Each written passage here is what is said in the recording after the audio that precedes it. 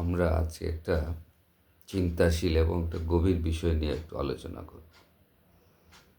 তো বিষয়টা হচ্ছে যে আসলে মানুষের গন্তব্য কোথায় এবং মানুষ কি তার গন্তব্যের দিকে ধাবমান মানে চলতেছে। তো এই প্রশ্নের উত্তর খুঁজতে গেলে আমাদেরকে বেশ কয়েকটা বিষয়ের উপর আলোকপাত করতে হবে।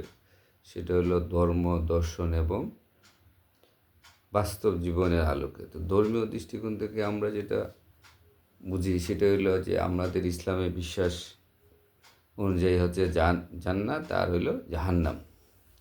তো আল্লাহ তাআলা বলছেন যে প্রত্যেক মানুষেরই তোমার মৃত্যুর স্বাদ গ্রহণ করতে হবে, অতঃপর তোমরা আমার কাছে প্রত্যাবর্তিত প্রত্যাবর্তিত হবে। অর্থাৎ মানুষ পৃথিবীতে স্থায়ী নয়। এই জীবন হচ্ছে একটা পরীক্ষার ময়দান, আসল গন্তব্য হচ্ছে আপনার আখিরাত। তো আখিরাতে তো আপনাকে যেতেই হবে, আপনার তো আর কিছু করার নেই, কারণ আপনি মারা যাবেন এটা তো সন্দেহেরও অতীত।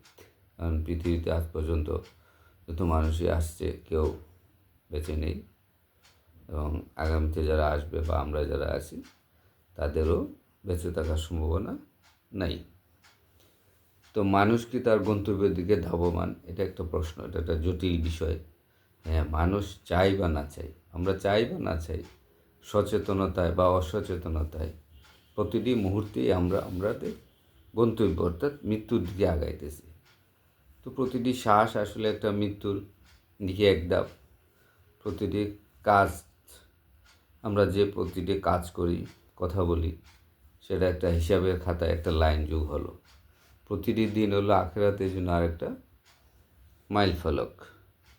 তো আল্লাহ বলেন, হে মানুষ, তোমার রবের দিকে নিরন্তর প্রচেষ্টা চালিয়ে যাচ্ছ, অতঃপর তুমি তার সাক্ষাৎ লাভ করবে। তো পার্থিব গন্তব্য বনাম হলো প্রকৃত গন্তব্য। পার্থিব গন্তব্য বলতে আমরা অনেকেই মানুষে আমরা বুঝি যে টাকা পয়সা, ক্ষমতা, খ্যাতি, ভোগবিলাস এগুলা, কিন্তু আসলে এগুলো পথে সাময়িক বিশ্রাম, গন্তব্য নয়। কারণ আপনি যত টাকাই জমান আর যত খ্যাতি হোক না কেন, মৃত্যু আপনাকে গ্রাস করবেই। আর মৃত্যু এসে গেলে আপনি মারা যাওয়ার সাথে সাথে এগুলো আর আপনার সঙ্গী হয় না। সঙ্গী কোনগুলা হয়? এই যে ইমান, আমল আর হলো চরিত্র। আর মানুষ কেন তার গন্তব্য ভুলে যায়? ভুলে যাওয়ার অনেকগুলো কারণ আছে। কারণগুলোর মধ্যে ম্যাক্সিমামই হচ্ছে আপনার দুনিয়ার মোহ, নফসের প্রবঞ্চনা, শয়তানের ধোঁকা, আর মৃত্যুকে সবসময় বা অনেক সময় দূরের মনে করা। কিন্তু আসলে মৃত্যু তো প্রতি মুহূর্তেই আমাদের সাথেই বিদ্যমান, তো আমরা সেটা ভুলে যাই। তো মানুষ থেমে নেই, শুধু ভুল পথে দ্রুত চলছে। তো বুদ্ধিমান মানুষ আসলে কে? বুদ্ধিমান সে নয় যে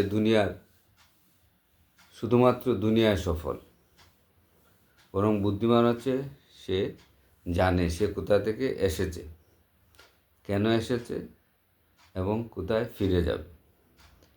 তো রাসূল সাল্লাল্লাহু আলাইহি ওয়াসাল্লাম বলেছেন যে বুদ্ধিমান সেই ব্যক্তি যে নিজের নফসকে নিয়ন্ত্রণ করে এবং মৃত্যুর পরের জীবনের জন্য কাজ করে। তো আমরা শেষ দিকে এসে এটুকু আলোচনা করতে পারি বা একটু বুঝতে পারি যে মানুষ অবশ্যই তার গন্তব্যের দিকে ধাবমান। শুধু প্রশ্ন একটাই, সে কি জান্নাতের দিকে ছুটছে না জাহান্নামের দিকে? পথ বদলানোর সুযোগ এখনও আছে, কারণ জীবন আছে, আর জীবন মানেই ফিরে আসার সুযোগ।